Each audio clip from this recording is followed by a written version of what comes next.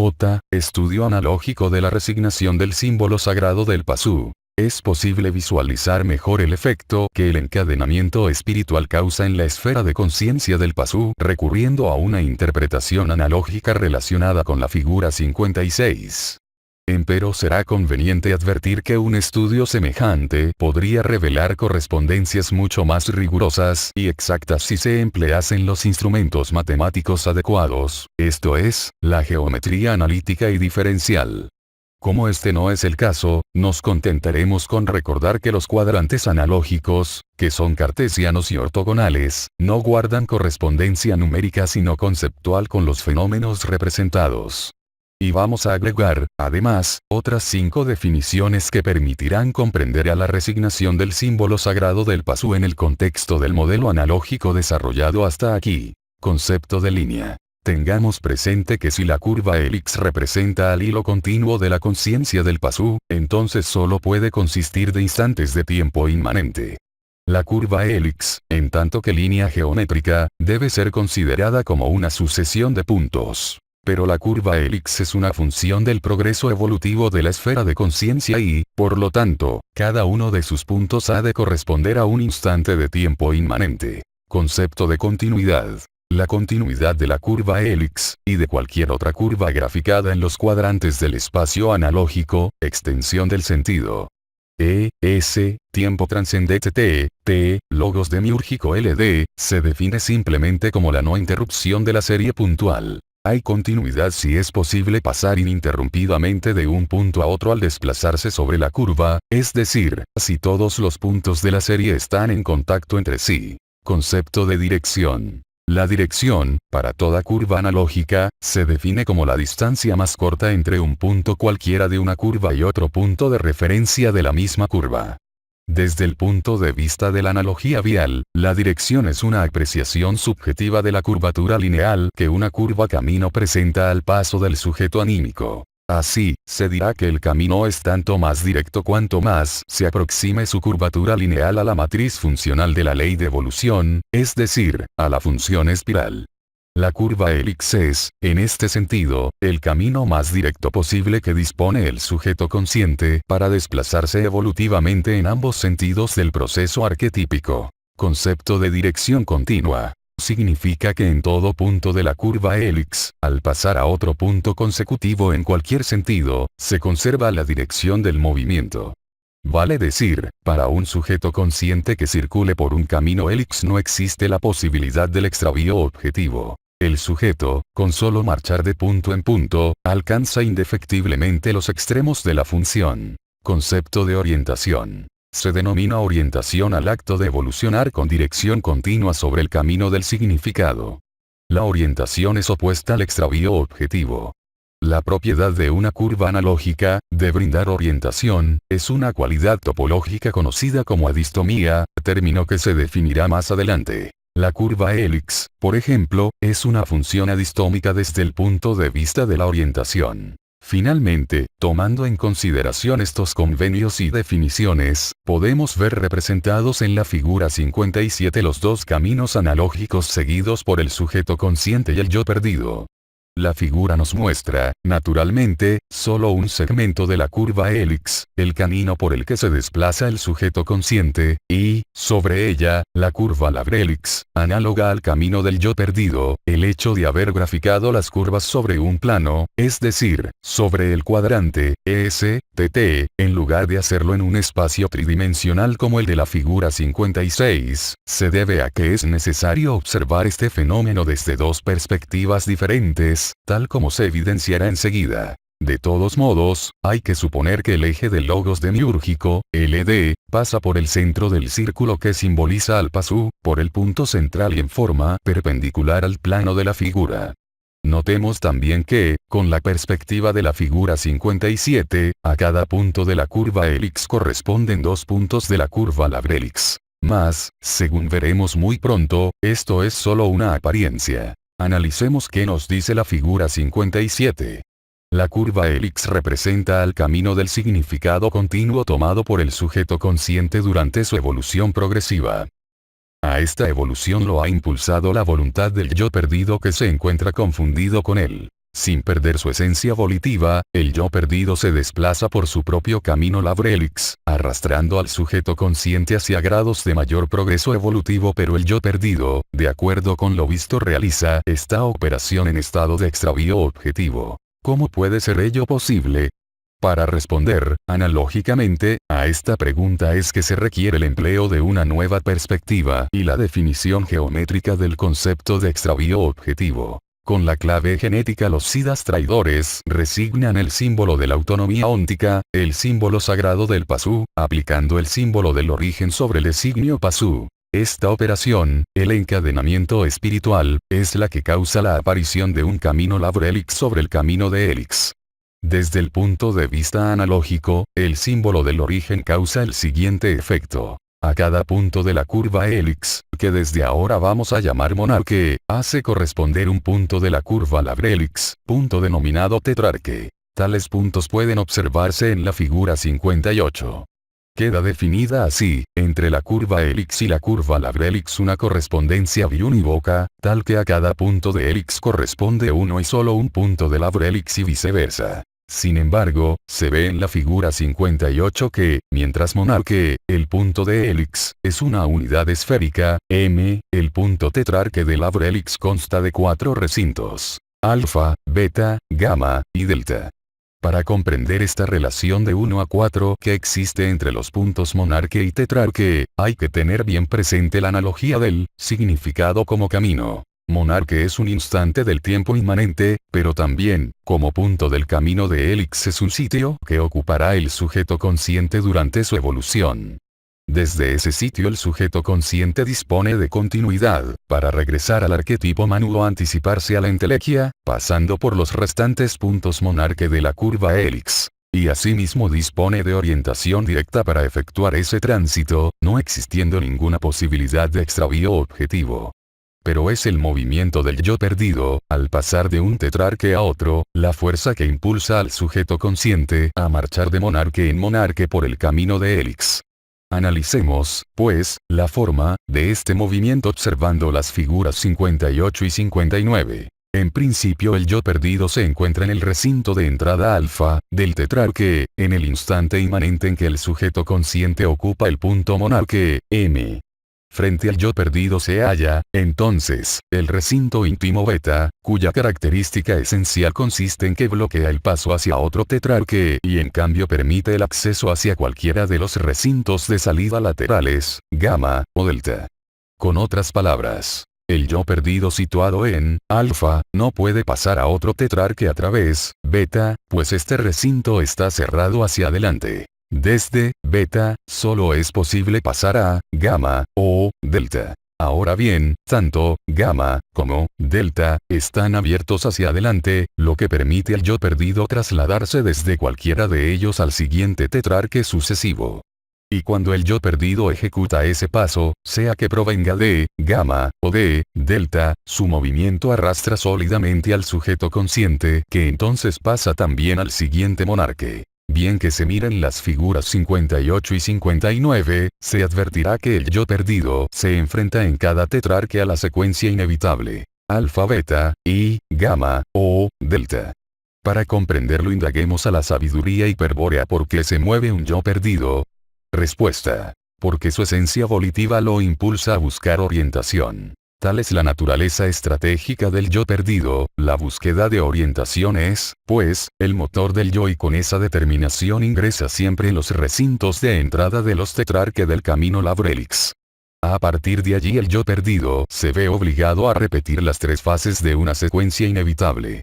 Fase alfa. El yo perdido ingresa en el recinto de entrada motivado por la búsqueda de orientación que determina su esencia volitiva. Fase beta. El yo perdido ingresa en un recinto íntimo del tetrarque donde se bifurca el camino. Allí debe optar entre 2 alternativas: gamma o delta. Fase gamma o delta. El yo perdido ha elegido una de las vías posibles, gamma o delta, para continuar con la búsqueda de orientación y pasa a un recinto de salida. Desde allí, recién, podrá ingresar al recinto de entrada, alfa, del siguiente tetrarque. En síntesis, y tal como se expresó en un cuadro al pie de la figura 59, la fase alfa se caracteriza por la búsqueda, la fase beta por la opción y la fase gamma o delta por la elección. A cumplir esta sentencia, desde luego, el yo perdido no puede negarse puesto que el mismo principio que causa su aparición, esto es, la resignación del símbolo sagrado del pasú con el símbolo del origen, determina también la forma en que dicha aparición ha de ocurrir. El yo perdido, como manifestación efectiva del espíritu encadenado, solo puede existir sobre un camino Lavre Helix formado por puntos tetrarque, un camino paralelo y correlativo al camino de Helix por donde circula el sujeto consciente del pasú durante el proceso evolutivo del arquetipo Manu. Observemos que, más allá de las analogías que suscita el significado como camino, los puntos monarque y tetrarque corresponden respectivamente a actos reales del sujeto consciente y del yo perdido. Tales puntos, en efecto, son símbolos que representan al acto del sujeto o del yo en un momento dado de su acontecer. Los puntos, entonces, son la expresión actual de las esencias respectivas. Por un lado, siendo el tiempo inmanente la esencia del sujeto consciente, el monarque es el instante actual de dicho tiempo. Vale decir, el instante es la forma del acto temoral. Por otra parte, siendo la voluntad la esencia del yo perdido, el tetrarque es el momento actual de la volición egoica. Pero el tetrarque tiene forma triple. Con otras palabras, el momento tetrarque del yo, el acto volitivo adquiere sucesivamente tres formas características. Durante la fase alfa, el acto adquiere la forma de la búsqueda. Durante la fase beta, el acto toma la forma de la opción. Y, durante la fase gamma o delta, el acto volitivo tiene la forma evidente de una decisión. No obstante, si no se olvida que el tetrarque configura las tres formas que adopta en un instante inmanente el acto volitivo del yo perdido, la analogía vial será aún sumamente útil. Así, supongamos que el camino Lavre Helix es una curva compuesta por una serie sucesiva de puntos tetrarque y analicemos sus propiedades a la luz de las definiciones precedentes. Es evidente que el recinto de entrada, alfa, de un tetrarque posterior solo podrá unirse con el tetrarque anterior por uno de los recintos de salida, gamma, o delta. Con el fin de visualizar adecuadamente una curva construida de manera semejante, se ha representado en la figura 60 el camino Lavre Helix sobre el camino Helix. Reparemos que esta figura es equivalente a la figura 57, pues muestra el mismo segmento de las curvas Helix y Lavre Helix, aunque vistas desde otra perspectiva. En efecto, aquí el plano elegido para observar es el, extensión de sentido, S, logos demiúrgico, D, pudiéndose constatar que el eje del tiempo trascendente, TT, se encuentra perpendicularmente al plano de la figura, pasando por el punto central del círculo que simboliza al pasú. La figura 60 nos permitirá, al fin, definir geométricamente el extravío objetivo y explicar la función utilitaria que el encadenamiento espiritual le asigna al yo perdido para favorecer la evolución del pasú. En primer lugar, notemos que la curva Helix consta de n puntos monarque, M1, M2, M3, etc., cada uno de los cuales corresponde a un instante de tiempo inmanente, es decir, a un momento presente o actual del hilo histórico de la conciencia. El sujeto consciente, al desplazarse por un camino semejante, lo hace con dirección continua hacia la entelequia Manu, o sea, permanentemente orientado, sin posibilidad de extravío objetivo. En segundo lugar, observemos que la curva Lavre Helix consiste de una sucesión de puntos tetrarque, T1, T2, T3, etc., cada uno de los cuales coincide con un punto monarque de la curva Helix. En rigor de la analogía, cada punto tetrarque se halla siempre superpuesto a su correspondiente monarque, de tal modo que la curva Lavre Helix se halla sobre la curva Helix. Esta condición es analógicamente necesaria para expresar el hecho de que el yo perdido se encuentra, en todo instante, sumido en el sujeto consciente o, con más precisión, el hecho de que el acto del yo perdido se confunde con el instante inmanente. Es evidente que, contrariamente a la curva Helix, en la curva Lavre Helix es posible la orientación. El yo perdido, al desplazarse por el camino Lavre Helix, no conseguirá jamás una orientación continua semejante a la que obtiene el sujeto consciente marchando por el camino de Helix. Para comprobarlo solo tenemos que examinar el movimiento del yo perdido sobre un camino análogo al de la figura 60. En principio, se debe admitir que la curva Labrelix es continua. Es posible avanzar y retroceder sobre la misma sin hallar ninguna interrupción. Todos los puntos tetrarque están en contacto entre sí, formando una serie continua, paralela y correlativa, a la serie puntual de la curva hélix. Sin embargo, desde los recintos, alfa, ocupados por el yo perdido al comienzo de cada instante inmanente, no es posible conocer la dirección exacta de los extremos de la función. Para un yo situado en un tetrarque determinado, solo será posible alcanzar efectivamente otro tetrarque cualquiera, pero no podrá anticiparlo. Por ejemplo, el yo perdido situado en alfa de T1 solo podrá alcanzar efectivamente T5, ocupando realmente los puntos analógicos T2, T3 y T4, pero no podrá prever ni anticipar T5 porque los recintos íntimos, beta, de cada tetrarque, cerrados hacia adelante, se lo impiden.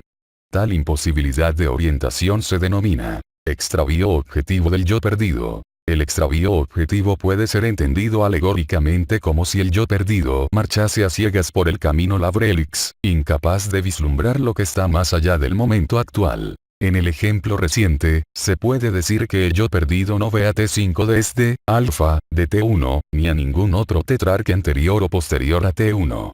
Esta propiedad de extraviar al yo que posee el camino Labrelix puede también explicarse así. Para el yo en T1, el punto T5 solo podría ser alcanzado tras resolver las opciones que plantean beta 2, beta 3 y beta 4 antes de estos actos concretos. Sería imposible para el yo anticipar a T5 puesto que tal tetrarque es el producto final de una serie de opciones y elecciones imprevisibles, resueltas por el yo perdido durante la marcha. Y esto mismo vale para cualquier otro tetrarque ubicado en cualquier punto del camino Labrelix. El yo jamás sabe hacia dónde va, solo busca. Y en esa búsqueda avanza o retrocede por Labrelix sin conocer nada más allá del tetrarque actual. El extravío del yo se denomina objetivo porque es real, determinado externamente a su voluntad de orientación por la acción del símbolo del origen que le impone un camino constantemente bifurcado. Mas el extravío objetivo ocasiona también en el yo un efecto subjetivo. Es la sensación de rectineabilidad de su desplazamiento por el camino Labrelix. Este efecto se ha simbolizado en la figura 58 con la línea recta que indica el ingreso del yo al punto tetrarque en oposición a la curva que señala la trayectoria del sujeto consciente por el camino hélix. El yo perdido tiene siempre el convencimiento de que se mueve sobre una línea recta y, como habitualmente se encuentra confundido con el sujeto consciente, es decir identificado subjetivamente con el tiempo inmanente, extiende esa creencia a toda esencia temporal y supone sin más que el tiempo transcurre en forma lineal. De más está decir que todo esto es puramente subjetivo, una ilusión producida por el extravío objetivo que experimenta el yo perdido en el camino Labrelix. Pero muy distinta es la situación del sujeto consciente durante ese movimiento desorientado del yo.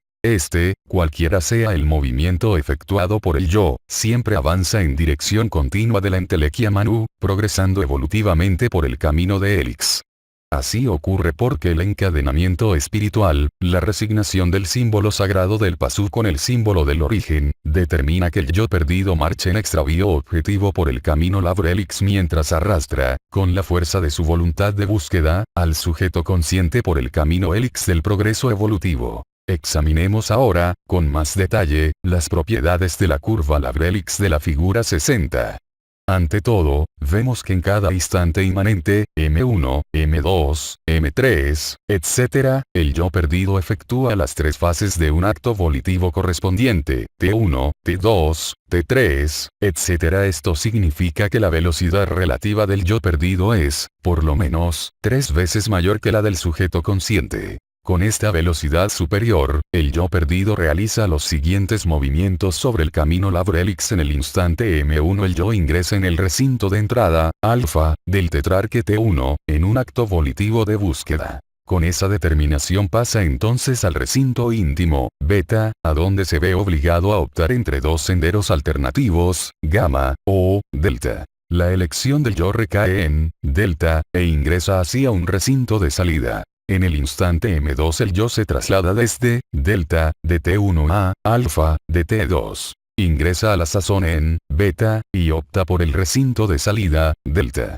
Tras esa lección, en el instante M3, el yo se desplaza al recinto, alfa, de T3 para iniciar una nueva búsqueda. Ya en, beta, opta por la salida, gamma, desde donde se traslada, en el instante M4, al recinto de entrada, alfa, de T4. Y de este modo, decidiendo instante tras instante el rumbo a seguir, avanza el yo por el camino Labrelix, sumido irremediablemente en el extravío objetivo. No será necesario insistir demasiado, ni agregar ninguna aclaración, si afirmamos que el camino Labrelix tiene las dimensiones analógicas de un laberinto interior, un laberinto en el que el yo se encuentra permanentemente extraviado, sin posibilidad de orientarse en ningún sentido.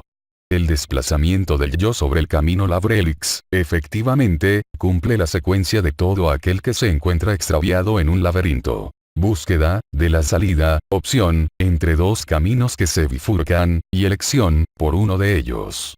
Pero el camino elegido conduce invariablemente a una nueva bifurcación, frente a la cual es necesario optar nuevamente, repitiéndose perpetuamente el drama del extravío. Búsqueda, opción y elección. Mas las dimensiones laberínticas del camino Labrelix constituyen algo más que una mera alegoría formal. La sabiduría hiperbórea afirma la realidad del laberinto interior en el que se haya extraviado el yo perdido. Por eso las vías de liberación espiritual que propone solo pueden ser comprendidas con términos del misterio del laberinto, misterio que se ha expresado desde antiguo con el símbolo sagrado del Virya, es decir, con Tirodingibur, el laberinto exterior de Gotan. Tomo séptimo. En los tomos sexto, séptimo y octavo, volveremos sobre el laberinto, interior y exterior. Continuaremos ahora con el examen del camino Labrelix.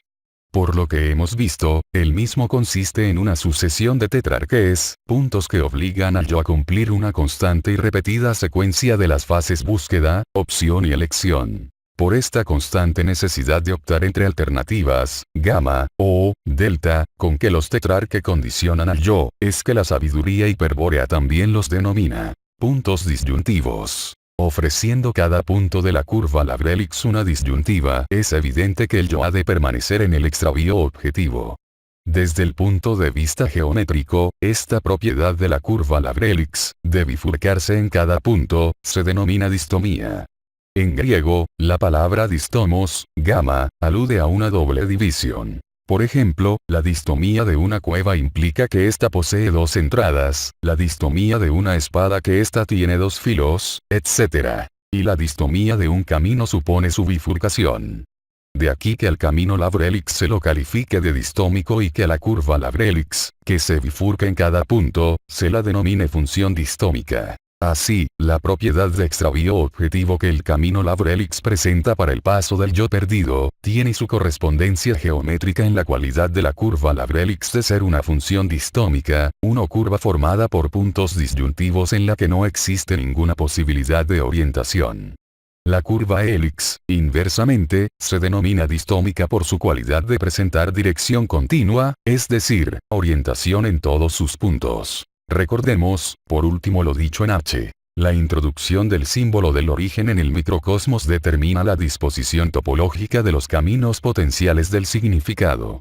Esto quiere decir que para el yo perdido, no solo su propio camino Labrelix, sino todo significado continuo se torna distómico por efecto del símbolo del origen. Para el pasú, según vimos en H, en el núcleo axial de connotación existe un nudo vial, un punto analógico del camino Helix, donde se conectan los caminos potenciales que se dirigen a otros planos de significación oblicuos. Tales caminos potenciales, desde luego, si fuesen actualizados por la exploración del sujeto cultural, se conformarían con la matriz funcional de la ley de evolución y serían semejantes a arcos de espiral, a segmentos de la curva Helix. Para el Virya, por el contrario, en el núcleo axial de connotación existe además un nudo vial distómico donde se conectan los caminos potenciales que se dirigen a otros planos de significación oblicuos. Pero tales caminos potenciales, en la percepción del yo perdido, serán también distómicos, segmentos de la curva Labrelix.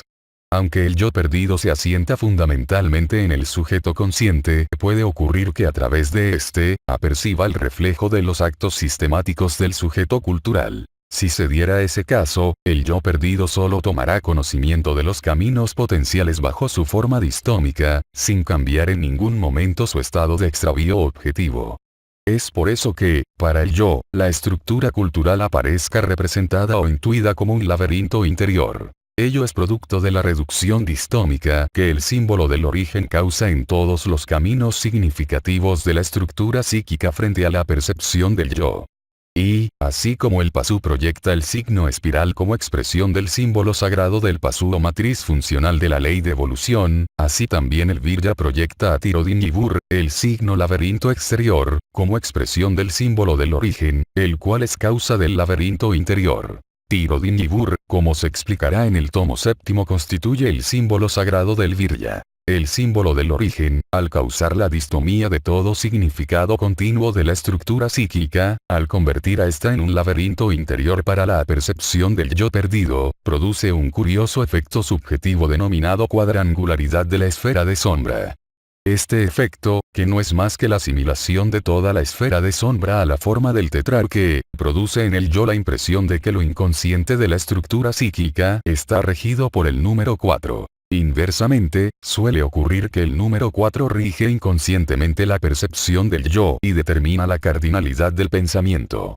Las 4 estaciones, los 4 puntos cardinales, los 4 vientos, los 4 elementos, las 4 edades, etc., son divisiones arbitrarias de lo real causadas por la forma tetrárquica de la esfera de sombra. Pero la esfera de luz, asiento del sujeto consciente y, por consiguiente, del yo perdido, también experimenta un efecto cuantificador característico, por causa del símbolo del origen. Se trata en este caso de la tripartición de la esfera de luz.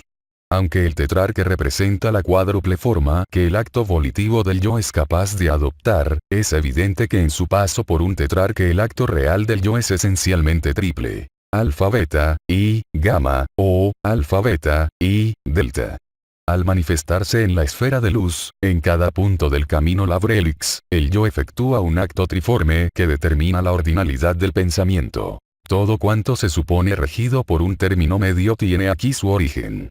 Por ejemplo, la acción mediadora del número 2 en la serie 1, 2, 3. Mañana, tarde y noche. Arriba, medio, y abajo. Pasado, presente y futuro, etc. K, de cómo el encadenamiento espiritual causa el desarrollo del esquema de sí mismo. El examen analógico de la figura 60 nos ha permitido comprender con más precisión el encadenamiento espiritual, producto de la resignación del símbolo sagrado del pasú con el símbolo del origen.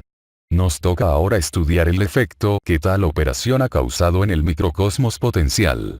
Más concretamente, nos proponemos indagar cómo el encadenamiento espiritual causa una aceleración evolutiva tan importante en el pasú que justifica, aún después de millones de años, su permanente empleo por parte de los siddhas traidores. Para comenzar, recordemos los términos del problema que debieron resolver los siddhas traidores.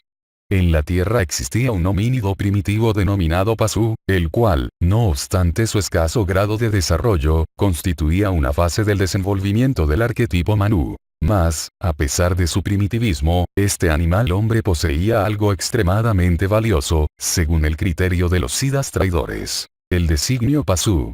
El pasú, en efecto, era un microcosmos potencial, poseía en su designio el plan completo del microcosmos. Y este plan consistía, ni más ni menos, que en la réplica del plan del macrocosmos. Los siddhas traidores se abocaron, entonces, a la comprensión de este plan y a proyectar una modificación que permitiese acelerar la evolución del pasú. Con ese fin concertaron un acuerdo con el demiurgo solar y recibieron, de este, el poder sobre las jerarquías débicas de la Tierra. Sanat Kumara, el demiurgo planetario, Jehová Satanás, cedió en ese momento su sitio en el trono del mundo a Ridgen-Gyepo, quien, como rey del mundo, fundó la jerarquía blanca e inició un reinado que dura hasta hoy. Las cláusulas de aquel infame pacto con el demiurgo serían sin ninguna duda incomprensibles y alucinantes para cualquier virya perdido, y por eso conviene conocer solo los 2 puntos salientes de todo el argumento. Los siddhas traidores se comprometieron a hacer cumplir al pasú los objetivos micro y macrocósmicos de su finalidad con una velocidad mucho mayor que la desarrollada hasta entonces por el proceso evolutivo del arquetipo Manu, generando con ello un dolor sin precedentes en el mundo. El demiurgo concedió autorización, como contrapartida, para que los siddhas traidores permanezcan en el universo del Uno hasta el Mahapralaya. Ahora bien, al tiempo de la llegada de los siddhas traidores, el Pasu ya había desarrollado la estructura psíquica. Disponía de la esfera afectiva, la esfera racional, y una incipiente esfera de preconciencia, página 2. Pero el objetivo microcósmico de la finalidad exige que el Pasu desarrolle la esfera de conciencia hasta el extremo de que todo el microcosmos se refleje en ella, permitiendo al sujeto consciente reflexionar en un pensamiento al microcosmos totalmente racionalizado, es decir, pensarse a sí mismo. En este grado de la evolución, el Pasu obtiene la autonomía óntica y cumple el objetivo microcósmico. La modificación que los siddhas traidores proyectaron sobre el designio Pasu debía apuntar, evidentemente, a favorecer el desarrollo acelerado de la esfera de conciencia.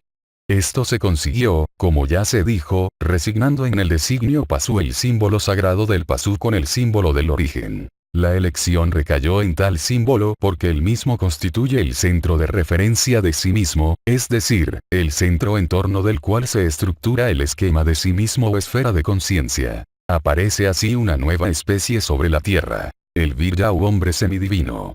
En la sangre del Virya, como herencia genética de los siddhas traidores, subsiste el símbolo del origen que resigna, con su sola presencia, al símbolo sagrado del Pasu, presente en el designio Pasu. Cuanto más pura es la sangre hiperbórea del Virya, tanto más potente es el símbolo del origen para resignar al símbolo sagrado del Pasu y superar las tendencias animales de su propia herencia genética. Y esta presencia resignadora del símbolo del origen es la que causa la extraordinaria aceleración evolutiva de la esfera de conciencia del Virya. Más como causa el símbolo del origen exactamente el efecto calculado por los siddhas traidores. Respuesta. Porque introduce en el seno del sujeto consciente una fuerza poderosa, que se suma al impulso evolutivo del arquetipo Manu y arrastra irresistiblemente al sujeto consciente hacia la entelequia. Esta fuerza es la que causa el desarrollo inusitado del esquema de sí mismo o esfera de conciencia. Y esta fuerza es, naturalmente, la esencia volitiva del yo perdido. Recordemos que la traición blanca es un misterio mayor al que la sabiduría hiperbórea divide en dos actos principales. El primero es la reversión de los espíritus esfera, vale decir, la confusión estratégica de los espíritus hiperbóreos. Y el segundo acto es el plan que los siddhas traidores proyectan para cumplir su pacto con el demiurgo. Tal plan constaba de dos fases, una de las cuales consistía en plasmar el símbolo del origen en la sangre del Virya por medio de la clave genética, y la otra en el encadenamiento espiritual, es decir, en la introducción de una fuerza poderosa en el seno del sujeto consciente. El yo perdido, su esencia volitiva. El símbolo del origen causa el encadenamiento espiritual y la manifestación, en la esfera de conciencia, del espíritu encadenado bajo la forma del yo perdido, un yo que es reflejo del yo infinito. Pero el yo perdido, cuya esencia es la voluntad, se encuentra subsumido de entrada en la naturaleza temporal del sujeto consciente, obligado a actuar como fuerza impulsora de su proceso evolutivo. Así ocurre porque el símbolo del origen no solo causa la manifestación del yo en el seno del sujeto consciente, sino que también causa su permanente extravío objetivo, determinando que el yo se desplace por un camino distómico, paralelo al camino adistómico seguido por el sujeto consciente en su evolución progresiva. El yo, cuya esencia volitiva tiene la forma de la búsqueda de orientación, se ve forzado por el camino Labrelix a permanecer siempre en extravío objetivo, cualquiera que sea su movimiento. Pero todos los movimientos del yo actúan como una fuerza poderosa que arrastra al sujeto consciente por su propio camino helix, hacia la entelequia Manu, hacia la autonomía óntica.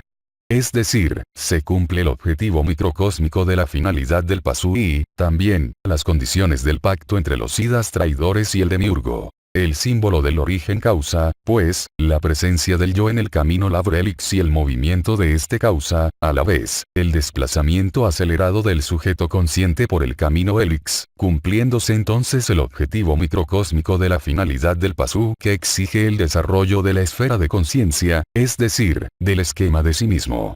Por eso conviene reformular y plantear nuevamente la pregunta anterior, y buscar ahora una respuesta más precisa como causa el símbolo del origen, con el yo perdido en el sujeto consciente, exactamente el efecto calculado por los siddhas traidores, esto es, el desarrollo del esquema de sí mismo o esfera de conciencia.